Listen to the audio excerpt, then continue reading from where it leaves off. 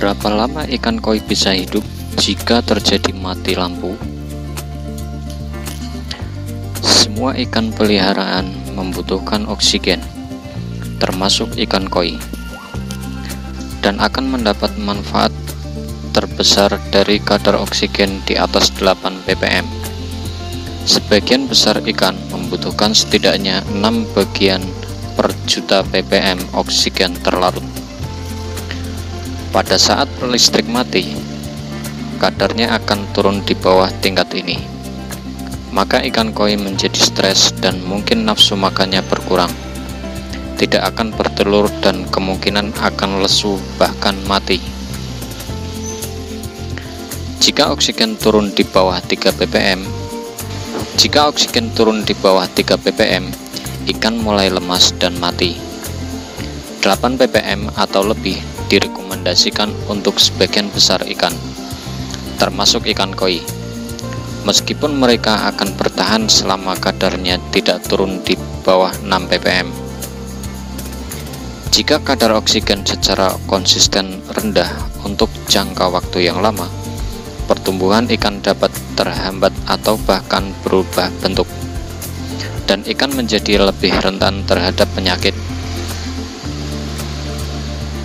Oksigen rendah juga akan berdampak buruk pada kualitas air, karena bakteri denitrifikasi membutuhkan oksigen tingkat tinggi untuk secara efisien memecah senyawa limbah organik berbahaya seperti amonia dan nitrit. Apa yang mempengaruhi kadar oksigen kolam ikan koi? Lamanya waktu bagi ikan koi agar dapat bertahan hidup tanpa oksigen terlarut yang memadai tergantung pada berbagai faktor, termasuk tingkat oksigen yang ada serta suhu air, pergerakan air, salinitas, dan lain-lain. Pergerakan air meningkatkan kadar oksigen di dalam kolam. Suhu air agar berpengaruh besar terhadap kadar oksigen, tetapi begitu juga jumlah pergerakan air dan aerasinya. Sebagai aturan umum, air yang lebih hangat mengandung lebih sedikit oksigen terlarut daripada air dingin. Ini karena air dingin lebih padat dengan molekul air yang dikemas lebih rapat, sehingga membuat molekul oksigen lebih sulit untuk keluar dari air. Air yang berada di atas sekitar 29 derajat Celcius, sekali lagi tergantung pada berbagai faktor lain, hanya dapat menampung sekitar 6 hingga 7 ppm oksigen.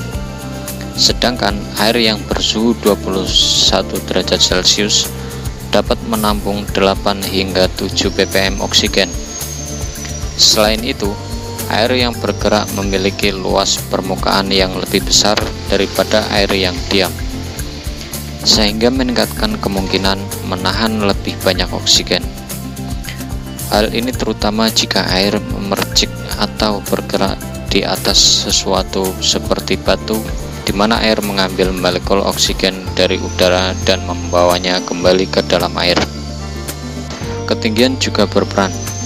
Jika Anda berada di ketinggian, Anda lebih sedikit terkena udara dan oleh karena itu lebih sedikit oksigen dalam air karena ada lebih sedikit kekuatan yang pada dasarnya menekan atau menahan oksigen di dalam air.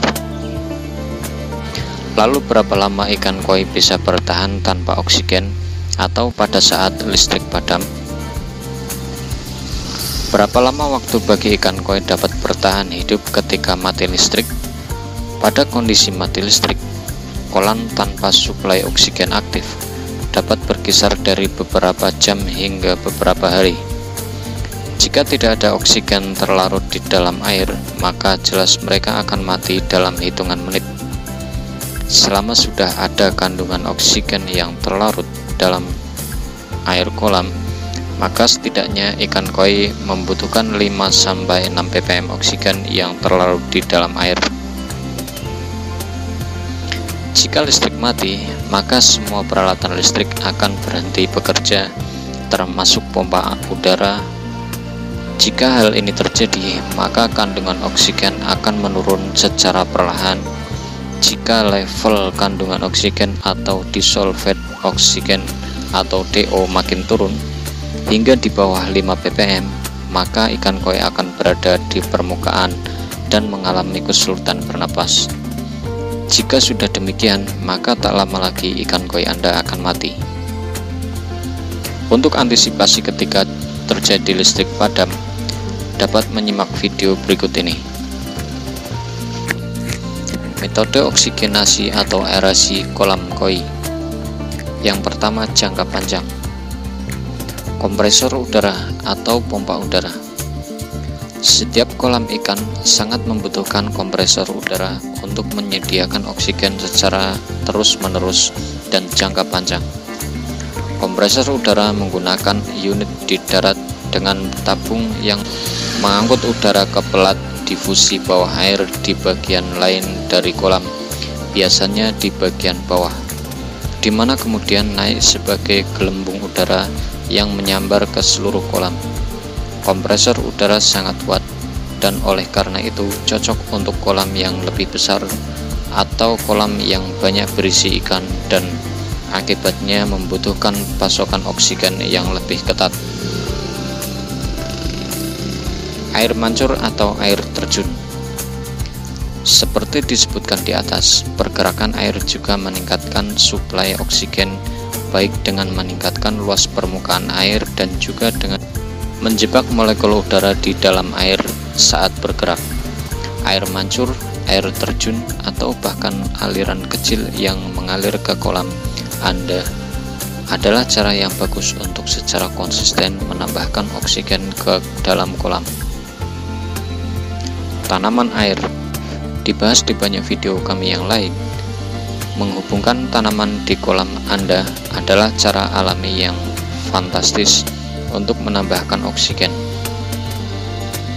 Untuk menambahkan oksigen terlarut dan juga menyaring air dari kelebihan nutrisi dan polutan apapun yang mungkin ada.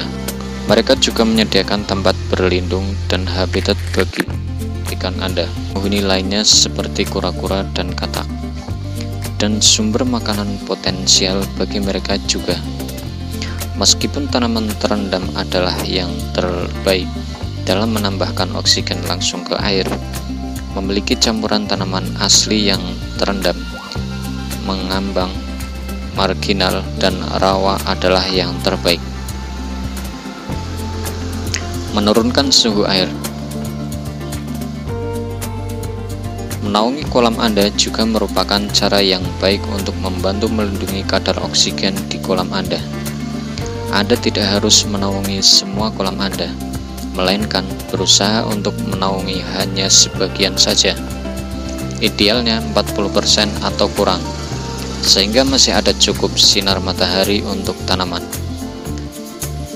Semua reptil dan amfibi yang ada, dan berbagai mikroorganisme, bagian yang teduh dari kolam Anda akan lebih dingin dan karena itu akan lebih mampu menampung lebih banyak oksigen. Sirkulasi air akan membantu memindahkan oksigen ke bagian lain kolam. Dengan logika serupa, Anda juga dapat melakukan penggantian air untuk memasukkan air bersih, segar, dan lebih dingin yang dapat menampung lebih banyak oksigen. Anda dapat mengganti hingga 20% air yang keluar per minggu. Kurang dari ini tidak masalah, meskipun tentu saja tidak lebih atau kecuali jika ada masalah kualitas air, karena dapat mengejutkan ikan Anda. Cara ini juga bisa dilakukan untuk memberi pertolongan pertama pada ikan koi yang mengalami kekurangan oksigen. Sedangkan untuk jangka pendek, dalam beberapa kasus, Anda mungkin memerlukan pasokan oksigen yang cepat, pemadaman listrik, angkutan ikan, atau kerusakan pompa udara adalah contoh di mana Anda mungkin perlu menggunakan salah satu metode ini.